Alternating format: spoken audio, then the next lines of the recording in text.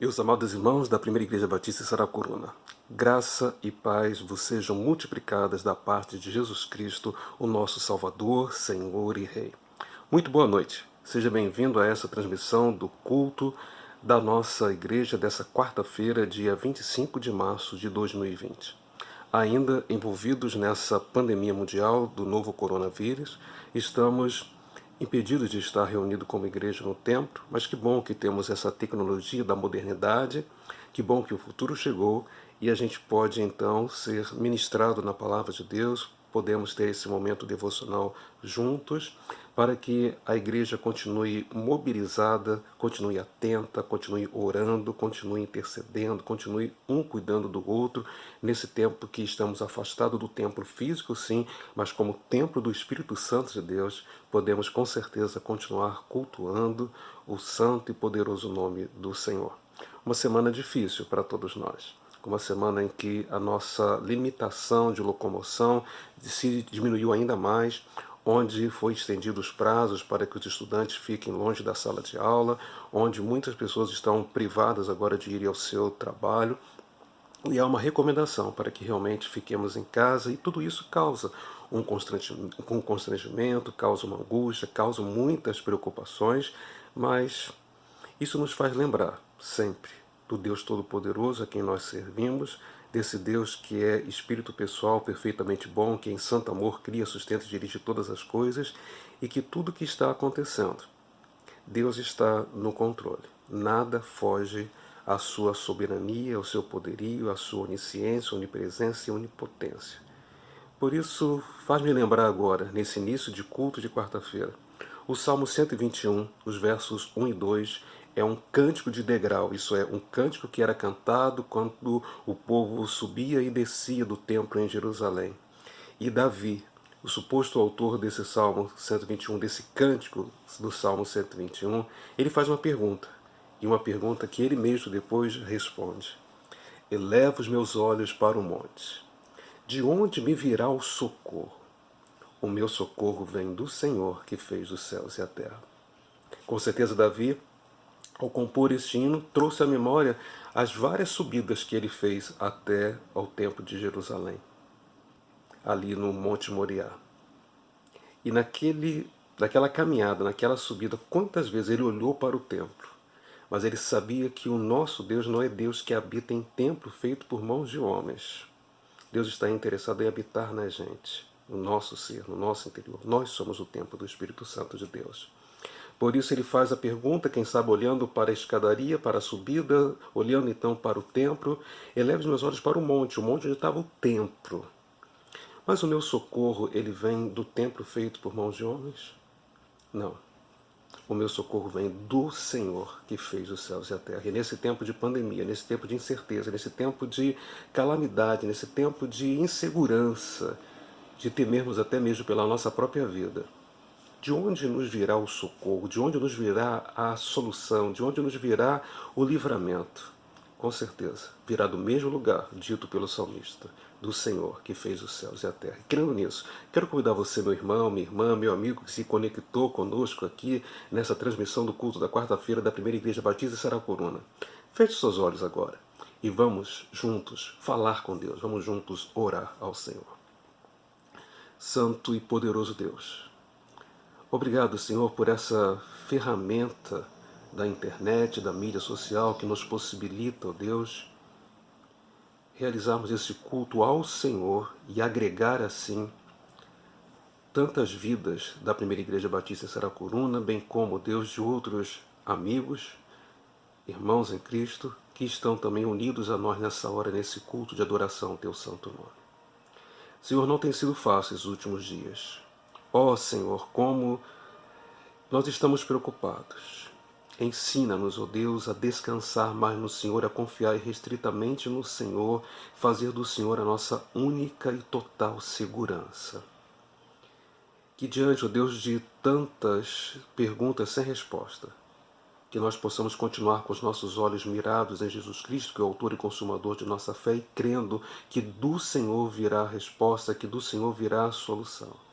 Senhor, nós não sabemos como ficará a situação do cenário brasileiro e mundial. Com certeza, Deus, o mundo não será o mesmo depois que essa pandemia ela cessar. Teremos que reaprender muitas coisas, ó Deus. Inclusive, precisaremos reaprender a adorar ao Senhor em espírito e em verdade, em adorar ao Senhor num cenário que pode ser muito caótico. Estamos vendo, Deus, nesse tempo, muitas pessoas ficando sem aula, muitas pessoas não podendo trabalhar.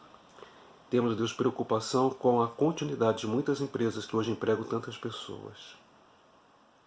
Mas mesmo, ó Deus, diante do caos, faz-nos, ó Deus, enxergar pelos olhos da fé que no meio da crise, no meio do caos, há muita oportunidade, principalmente uma oportunidade de te conhecer com maior profundidade, uma oportunidade de termos uma fé ainda mais fortalecida no Senhor e que possamos, ó Deus, ser uma igreja realmente ativa, relevante, que terá, ó Deus, que representá-lo ainda mais nessa terra, onde com certeza muitos estão ficando decepcionados com o Senhor, entristecidos com o Senhor, colocando a culpa no Senhor de toda a calamidade que estamos sendo assolados.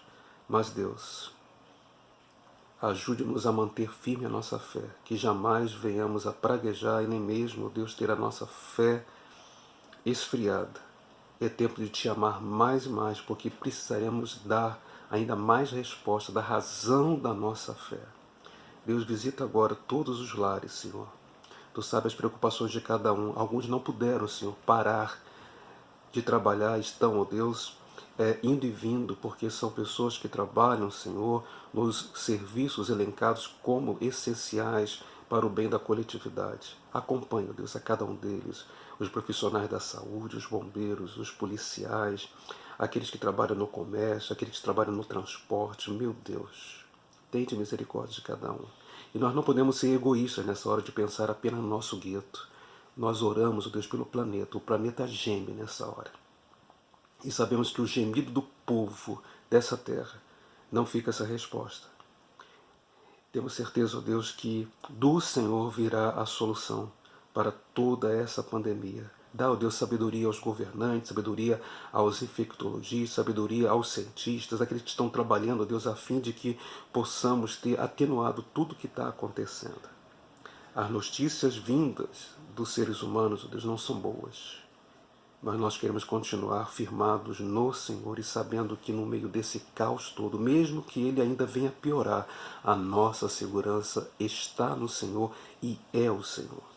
Recebe, Deus, a nossa adoração, recebe a nossa oração, tranquiliza a nossa alma, o nosso ser.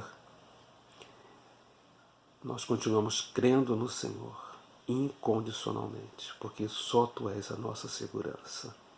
E é por isso que a Ti oramos, no nome poderoso de Jesus. Amém. Esse Salmo de Davi, o Salmo 121, que foi leitura devocional do nosso culto dessa quarta-feira à noite, ele nos faz pensar na segurança que nós temos no Senhor, a segurança que nós temos na Sua palavra. E pensar na segurança, me vem à lembrança agora um hino que no cantor cristão é o 375, no inário para o culto cristão é o 417, que fala, que tem o título de segurança, ou que segurança sou de Jesus. Esse hino, logo depois que eu contar a história dele, nós iremos ouvi-lo através de um trabalho que o nosso pessoal de comunicação e marketing da igreja, do pessoal da multimídia, vai agregar a essa primeira parte do nosso culto, então, o cântico deste hino, para que você, no seu próprio lar, possa cantar junto com a gente. Mas qual é a história desse hino? A autora desse hino foi Fanny Jane Crosby. Ela nasceu em Southwest Putnam Country, em Nova York, a 24 de março de 1820. Ela ficou tragicamente cega ainda na sua tenra infância, quando um médico da sua aldeia, de forma ignorante, aplicou cataplasmas quentes em seus olhos inflamados. A despeito do seu defeito físico, creu-se que a senhora Crosby, que mais tarde se casou com Alexander Van Alstyne, também cego, professor como ela na escola para cegos de Nova York, tem escrito algo em torno de 1959 cânticos para 2 firmas de publicações e mais milhares de cânticos adicionais para produtores de livros de cânticos evangélicos, entre eles homens bem conhecidos como Ira D. Shankly e W.H. Downey. Ela foi encarregada por uma casa publicadora de escrever 3 cânticos por semana durante um período indefinido e cumpriu essa comissão admiravelmente. Conta-se que Fanny Crosby orava muito e que não fazia nada sem escrever, nem escrevia sem primeiro ajoelhar-se e pedir a direção de Deus. Tinha ela uma amiga, filha de um famoso evangelista, que a visitava muito, chamava Phoebe Palmer Knapp. E as palavras então desse cântico, que em inglês é Sweet Assurance, ou Bendita Segurança, elas foram escritas realmente como resultado de uma visita da senhora Knapp a Fanny Crosby. Ela levou então para Fanny uma melodia e apresentou essa melodia para Fanny e pediu então que Fanny pudesse avaliar o que ela estava escutando. E Fanny então, depois de alguns momentos pensando, respondeu: que segurança! Sou de Jesus. Assim foram escritas as palavras e a música desse grande cântico de segurança que é amado por milhares de cristãos em todo o mundo. A partir de uma visita de alguém que levou algo para Fanny Crosby, uma cega desde a infância, avaliar o seu cântico. E quando ela ouve aquela poesia, aquela melodia, ela então exulta no seu ser e diz: que segurança, eu sou de Jesus. E a partir dali um novo hino é composto.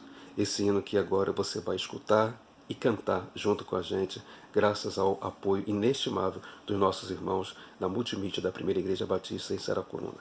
Cante com a gente e nós voltamos em seguida para compartilharmos da Palavra de Deus. Até já!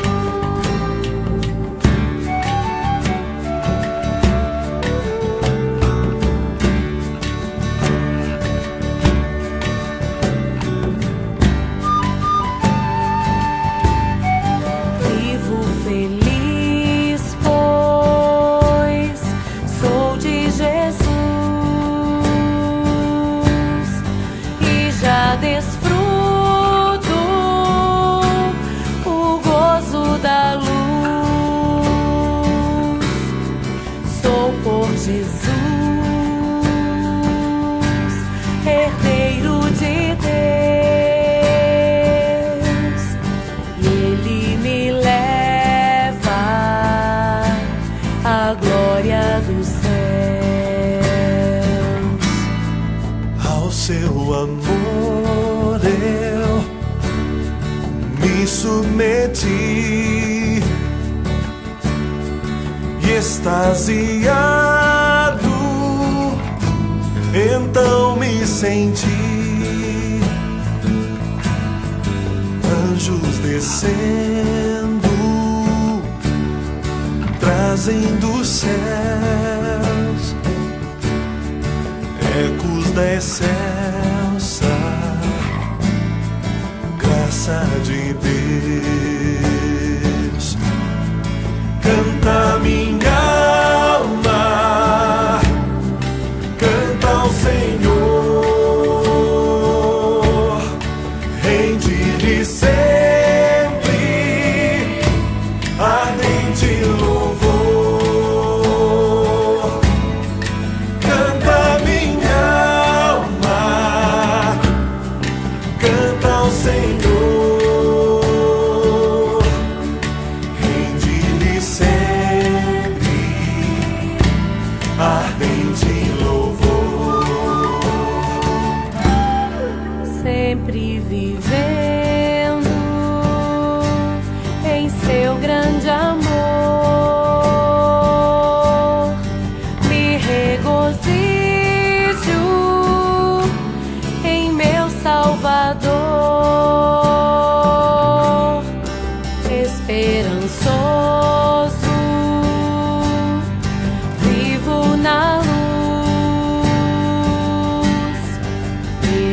bondade do meu Jesus. Vivo feliz, pois sou de Jesus e já desfruto o gozo da luz. Sou por Jesus herdeiro de Deus. Ele me leva à glória dos céus. Canta minha alma, canta ao Senhor, rende-lhe sempre ardente louvor. Canta minha alma, canta ao Senhor, rende-lhe sempre ardente louvor.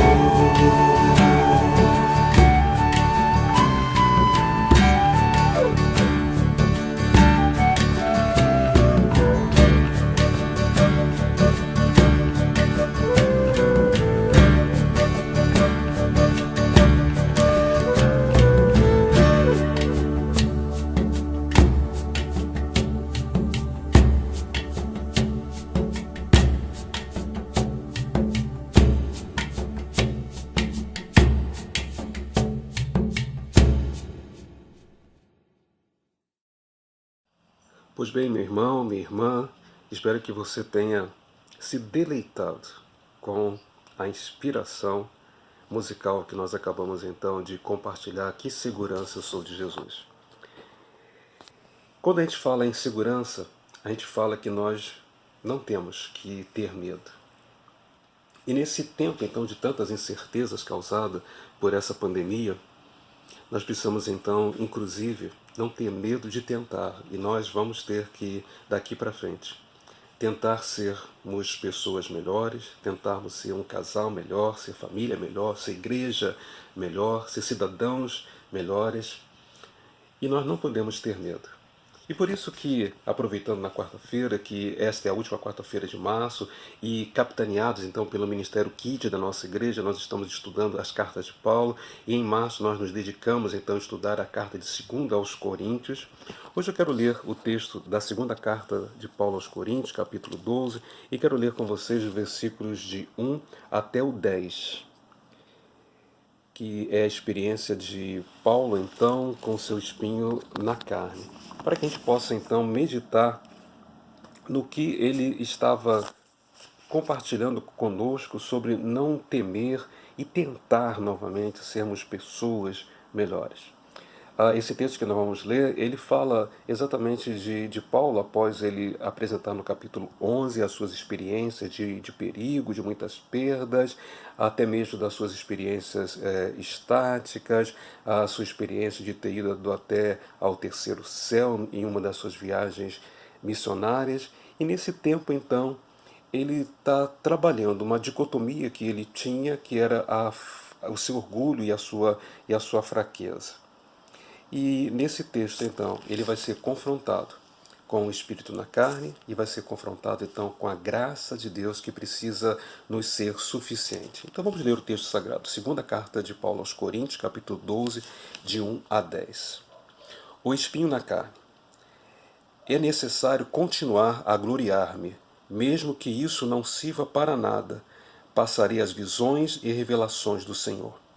Conheço um homem em Cristo, que há 14 anos foi arrebatado ao terceiro céu. Se isso aconteceu no corpo ou fora do corpo, não sei, Deus o sabe. Eu sei que esse homem, se isso aconteceu no corpo ou fora do corpo, não sei, Deus o sabe, foi arrebatado ao paraíso e ouviu palavras inexprimíveis, as quais não é permitido ao homem mencionar.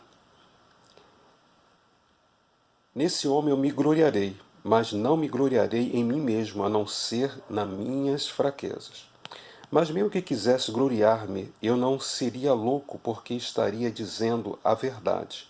No entanto, abstendo-me de fazê-lo, para que ninguém pense de mim além do que de mim vê ou de mim ouve, até mesmo sobre essas extraordinárias revelações, portanto, para que eu não me tornasse arrogante, foi-me posto um espinho na carne, um mensageiro de Satanás, para me atormentar, para que eu não me tornasse arrogante. Pedi ao Senhor 3 vezes que o tirasse de mim, mas ele me disse: a minha graça te é suficiente, pois o meu poder se aperfeiçoa na fraqueza. Por isso, de muita boa vontade, me gloriarei nas minhas fraquezas, a fim de que o poder de Cristo repouse sobre mim. Por isto, eu me contento nas fraquezas, nas ofensas, na dificuldade, nas perseguições, nas angústias, por causa de Cristo, pois quando sou fraco, então é que eu sou forte. Este é o apóstolo Paulo, sempre nos surpreendendo, e ele que diz então para nós: não temas tentar, não temas enfrentar o que vem pela frente. Isso me faz lembrar o que certa vez Thomas Edison ele escreveu. Muitos dos fracassos da vida acontecem porque as pessoas não perceberam quão próximas estavam do sucesso no momento em que desistiram. Paulo, mesmo tendo um ministério aparentemente curto, talvez aí de uns 20, 25 anos, mas como Paulo ele foi importante, inclusive, para o desenvolvimento do cristianismo, para o desenvolvimento do conhecimento do próprio Deus. E este homem que já havia experimentado tantos sofrimentos, tantas perseguições, mas também tantos momentos assim gloriosos, ele está aqui nesse momento compartilhando para nós a sua própria experiência de 14 anos antes, quando ele foi arrebatado ao terceiro céu, isso é, ao paraíso. Entre os judeus, por exemplo, havia a questão do primeiro céu, que era a chamada estratosfera, o segundo céu, onde está o firmamento, o terceiro céu, que seria o paraíso, mas para o judeu ainda havia o quarto, quinto e sexto céu, que são as regiões celestes, e havia ainda o sétimo céu, que era o lugar da Shekinah, isso é, da glória de Deus. Mas Paulo fala que ele foi arrebatado ao terceiro céu, e ele tinha dúvida se aquilo tinha sido no corpo ou fora do corpo, mas fato é que Paulo, ele então entende que para que ele não se gloriasse desse sobrenatural, dessa revelação especial que ele teve da parte de Deus, foi colocado nele um espinho na carne. Não quer dizer que era um espinho diabólico, maligno que estava nele. Na verdade, Deus colocou para ele uma enfermidade. O Deus permitiu na vida dele uma enfermidade para que Paulo não se gloriasse. E tudo indica que essa enfermidade era uma enfermidade nos olhos, a ponto de que, quando ele foi à igreja da Galácia, os seus olhos estavam sangrando tanto, talvez uma malária muito grave. E os irmãos da Galácia queriam até mesmo tirar os seus próprios olhos para trocar com Paulo, mas não era possível. E aquela inflamação e o sangramento nos seus olhos doía bastante, a ponto de fazer Paulo sofrer, e no seu sofrimento Paulo pede a Deus 3 vezes que o tire então aquela enfermidade, mas por 3 vezes Deus chega e diz para Paulo: a minha graça te basta. Nesses últimos dias, quantos de nós já falamos para o Senhor: Senhor, quanto sofrimento, quanta morte, Senhor, quantas notícias trágicas, mas o Senhor continua dizendo para nós: a minha graça basta a vocês. Será que isso tem sido suficiente para acalmar a minha vida, a sua vida? Aquela dor na vista de Paulo era como se fosse uma estaca enfiada na sua própria carne. Mas Paulo, que era uma pessoa muito orgulhosa e vaidosa, porque ele foi criado na melhor escola que se havia na época para se aprender do judaísmo, da Torá, que era a escola de Gamaliel, ele ali precisava então entender que agora, independente das circunstâncias dentro de nós ou fora de nós, as circunstâncias que nos afligem, nós precisamos então depender da graça de Deus, porque ela é o dínamos que vai nos aperfeiçoar. É por isso então que quando a gente se gloria só nas coisas boas, a gente comete muitos erros. A gente precisa se gloriar em todas e quaisquer circunstâncias da nossa vida, até porque nós vamos precisar não temer para poder tentar coisas melhores na nossa vida. Nós precisamos, mais do que nunca, agora não temer, porque nós vamos precisar tentar o novo. Benjamin Franklin, certa vez, ele escreveu assim: um homem de muitas ações pode cometer muitos enganos, mas o maior erro é não fazer nada.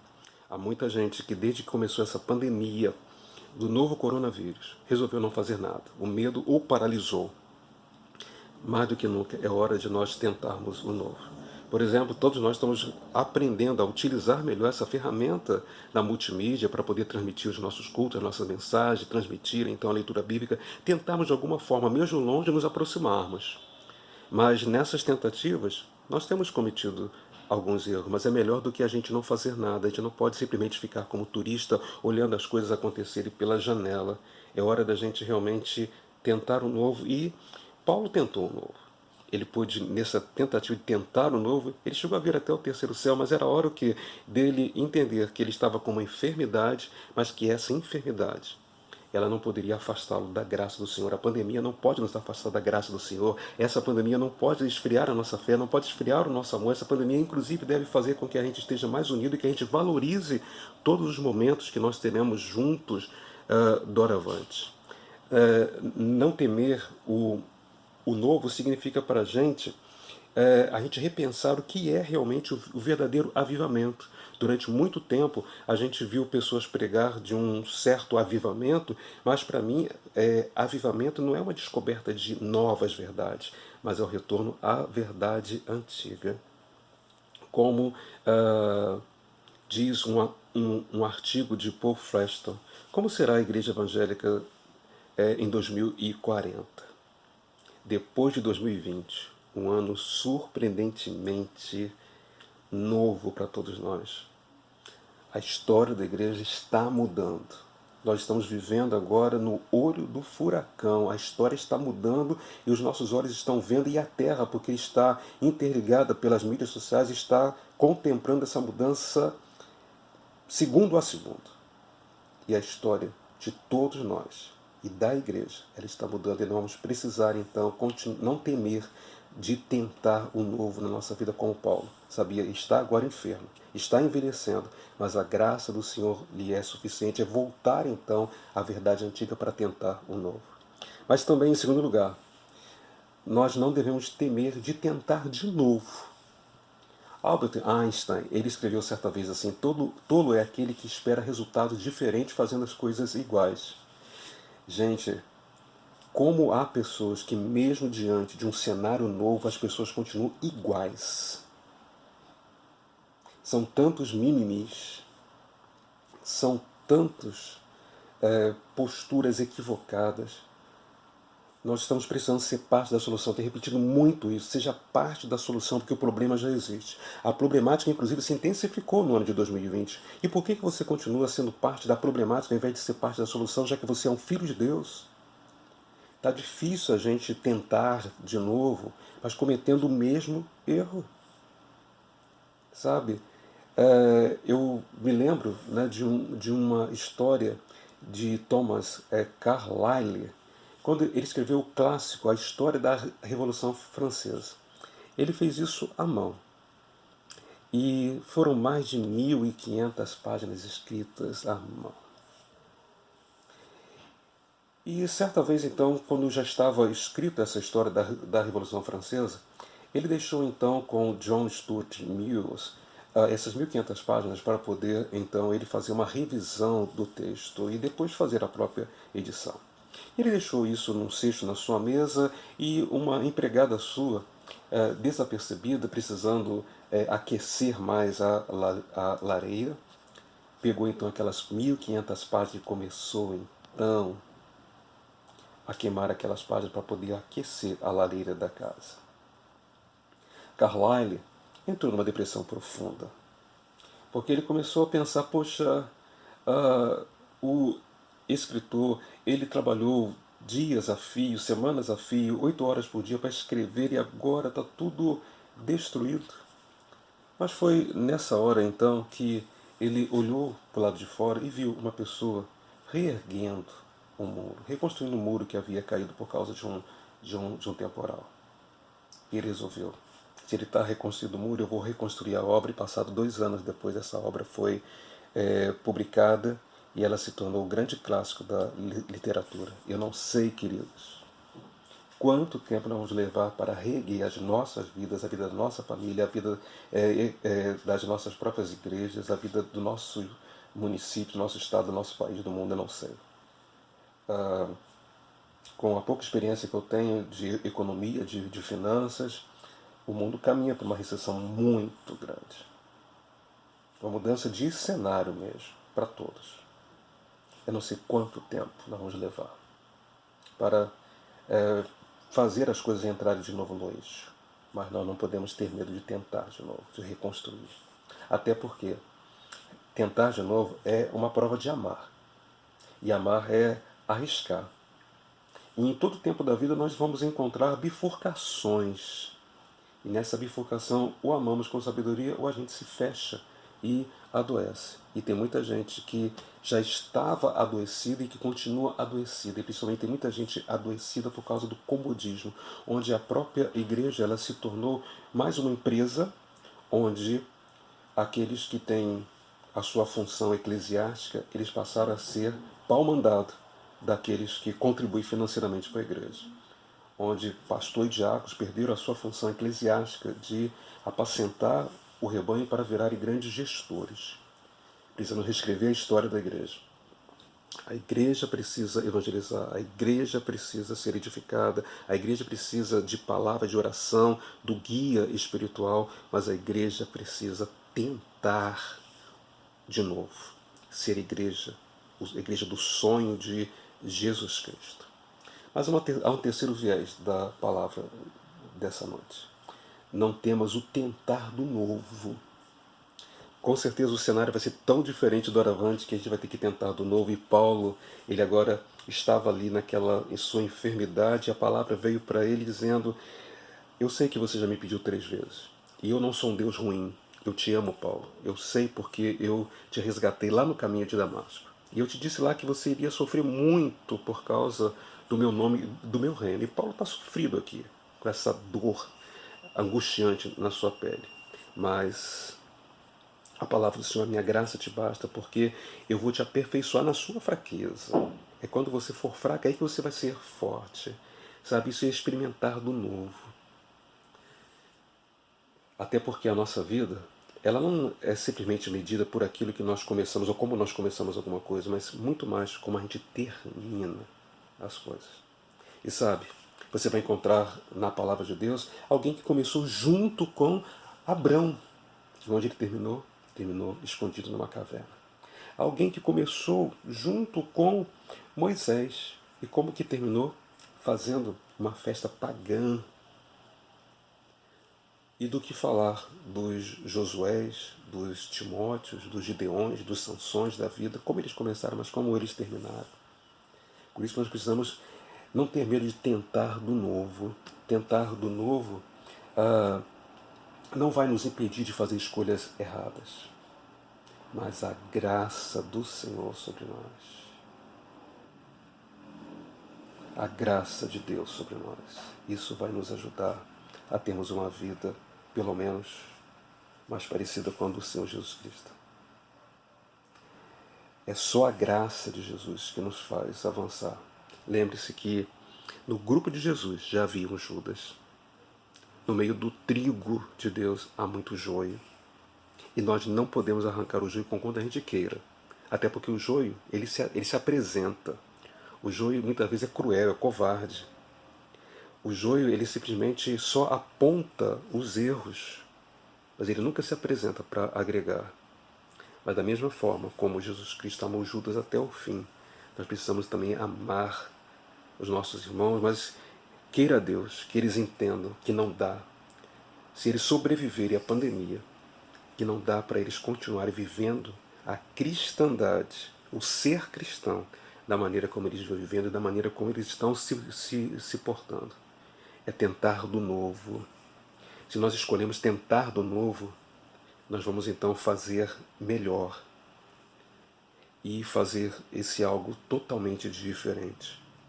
Quantas vezes eu já falei para vocês, meus irmãos da Primeira Igreja Batista em Saracuruna, o Senhor, Ele chama os cansados, os abatidos, e diz para eles assim: vinde a mim, todos vós que estáis cansados e sobrecarregados, e eu vos aliviarei.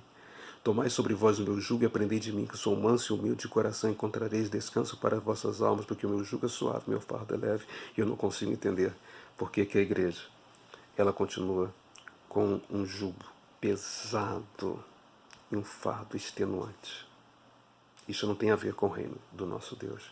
Por isso, nós não podemos temer, tentar o novo. Nós não podemos temer, tentar de novo. E nós não podemos temer, em terceiro e último lugar, de tentar do novo. Paulo, diante dessa circunstância tão difícil, ele ouve do Senhor: a minha graça te basta. É a antiga verdade. Diante, então, de tudo que nós estamos vivendo com essa pandemia, nós estamos sofrendo. Está uma agonia só. É como se estivesse realmente sendo esbofeteados a cada dia. E bofete é algo que é para desprezo, para dizer o quão inútil nós somos. E realmente o novo coronavírus e a Covid-19 está bofeteando a gente.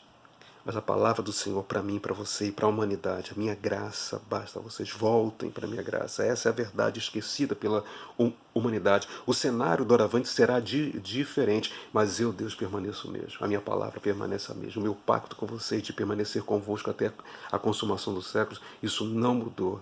E por isso, meu querido irmão, minha querida irmã, meu amigo que nos visita aqui nessa transmissão, nessa noite, que a graça do Senhor os alcance. Quero concluir citando um texto, então, do pastor Henrique, lá de Mato Grosso, Henrique Alves. Ele diz assim, numa conclusão de uma das suas mensagens: Thomas Edison errou milhares de vezes antes de conseguir fazer a lâmpada elétrica. Michael Jordan foi cortado pelo time de basquete da escola. Einstein não sabia falar até os 4 anos e aprendeu a ler aos 7 anos. Seu professor o qualificou como mentalmente lerdo e perdido em devaneios. Foi expulso da escola e reprovado em matemática. Graham Bell estava tentando inventar um aparelho de surdez para o seu pai e errou e criou o telefone. Cristo tentou de novo, mesmo Adão sendo pecador. Ele acreditou em nós, ele acreditou em mim, ele acreditou em você e nos transformou em igreja. Igreja é o corpo de Cristo na terra. Nós somos representantes de Cristo na terra. Paulo, inclusive, nesse mesmo livro de 2 Coríntios, capítulo 5, 20, ele fala que nós somos embaixadores da parte de Cristo. Como se Deus por nós rogasse. Rogo-vos, pois, da parte de Cristo, que vos reconcilieis com Deus. Nós temos uma mensagem para esse mundo, uma mensagem de reconciliação. O pecado nos afastou de Deus, porque todos pecaram e separados foram da glória de Deus. O salário do pecado é a morte, mas o dom gratuito de Deus é a vida eterna. Em Cristo Jesus, para conosco, existe solução. E a solução é a gente reconciliar-se com Deus. E essa reconciliação já foi possível porque Cristo morreu na cruz do Calvário, sendo o único e definitivo sacrifício para que eu e você tenhamos vida e vida em abundância. O ladrão veio para matar, roubar e destruir, mas eu vim para que tenham vida e vida em abundância. João 10:10. Essa epidemia, ela veio violenta. É uma das epidemias daquele cavalo amarelo de Apocalipse. É mais uma epidemia que passa pela Terra e talvez desde a peste negra. Essa tenha sido a mais violenta porque a Terra hoje tem 7 bilhões, mais de 7 bilhões de habitantes, e nós temos essa tecnologia da informação que chega para nós quase que na velocidade da luz. Então, por isso, dá uma dimensão muito maior. Mas, mesmo que hoje o nosso cenário seja de uma civilização que está no ambiente urbano e totalmente informatizada, conectada 24 horas por dia, 7 dias por semana, 365 ou 6, como esse ano, 366 dias conectados, querido. Mas nós precisamos da graça do Senhor. Não temas. Não temas. Eu sei que está difícil, mas acredite. Como no texto que nós lemos no início desse culto: eleva os meus olhos para o monte, de onde me virá o socorro? Eleva meus olhos agora para as ruas, para as cidades, para os países. De onde virá o socorro? De onde virá a solução? Do mesmo lugar virá do Senhor que fez os céus e a terra. Devemos orar. Devemos fazer a nossa parte, a parte de nos cuidarmos, de continuarmos em isolamento social, para que a gente, como hospedeiro de um vírus, a gente não fique passando para outras pessoas, replicando, aumentando essa pandemia. Nós não estamos afastados do templo por covardia, nós estamos afastados do templo por necessidade, por responsabilidade social, cuidando da sua vida, da sua saúde, dos idosos, daqueles que têm uma doença crônica, sim. Mas nós não podemos estar afastados de Deus, porque Deus continua dizendo para mim e para você: a minha graça te é suficiente, pois o meu poder se aperfeiçoa na fraqueza. Por isso, de muita boa vontade, me gloriarei nas minhas fraquezas, a fim de que o poder de Cristo repouse sobre mim. Por isso eu me contento nas fraquezas, nas ofensas, nas dificuldades, nas perseguições, nas angústias por causa de Cristo. Pois quando sou fraco, então é que eu sou forte. E é esse mesmo homem que na sua velhice, falando aos Filipenses, no capítulo 4, versículo 13, vai dizer: posso todas as coisas naquele que me fortalece. E quem é que me fortalece? O Senhor. E que o nosso Deus nos abençoe rica e poderosamente. Amém. Que bom que você esteve conosco em mais uma noite dessa transmissão, então, da Primeira Igreja Batista em Saracuruna. Nós estaremos juntos novamente no próximo domingo, dia 29 de março de 2020, tanto na parte da manhã, quando nós teremos o nosso culto a partir das 8h30 da manhã. Estamos tentando também possibilitar um estudo da escola bíblica.